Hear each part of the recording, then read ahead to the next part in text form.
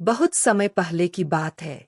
उज्जैन के महान राजा विक्रमादित्य बड़े पराक्रमी और न्यायप्रिय थे। एक दिन एक तांत्रिक ने राजा से कहा, राजन, श्मशान में एक वटवृक्ष पर बेताल नाम का पिशाच उल्टा लटका है। उसे मेरे पास लाओ। पर याद रखना, वह चालाक है।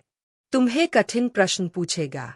अगर तुम उत्तर दोगे तो वह उड़कर वापस पेड़ पर चला जाएगा। राजा विक्रम ने साहसपूर्वक यह काम स्वीकार किया। श्मशान का दृश्य। अंधेरी रात, भयानक श्मशान। चारों ओर गिद्ध और सियार की आवाजें। राजा विक्रम तलवार लेकर बढ़े। उन्होंने बेताल को पेड़ से उतारा और कंधे पर डाल लिया।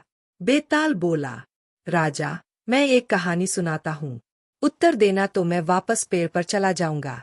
चुप रहोगे तो तुम्हें सुरक्षित ले जाऊंगा। विक्रम चुप रहे, पर बेताल ने कहानी शुरू की। बेताल की कहानी। एक नगर में 3 राजकुमार थे। तीनों एक ही राजकुमारी से विवाह करना चाहते थे। राजकुमारी सुंदर और विदुषी थी। एक दिन वह मर गई। पहला राजकुमार उसकी अस्थियां लेकर साधना करने लगा कि उसे फिर से जीवित कर सके। दूसरा राजकुमार उसके शव की चौकी के पास बैठा और उसकी रक्षा करता रहा।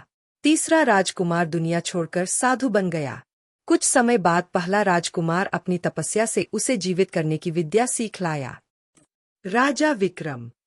बेताल बोला, तुम बताओ, राजकुमारी किस राजकुमार के साथ रहनी चाहिए? राजा विक्रम का उत्तर। राजा विक्रम ने उत्तर दिया, उस राजकुमार के साथ जिसने उसकी रक्षा की, क्योंकि जो जीवन भर रक्षा करे वही सच्चा पति कहलाता है। यह सुनते ही बेताल ठहाका मारकर हंस पड़ा। बेताल फिर उड़ गया। बेताल बोला, राजा, तुम बोल पड़े।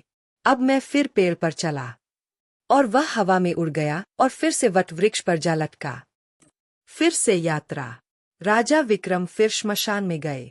उन्होंने बेताल को फिर से कंधे पर डाला। बेताल ने कहा, राजा, तुम कभी हार नहीं मानते। चलो, अगली कहानी सुनो।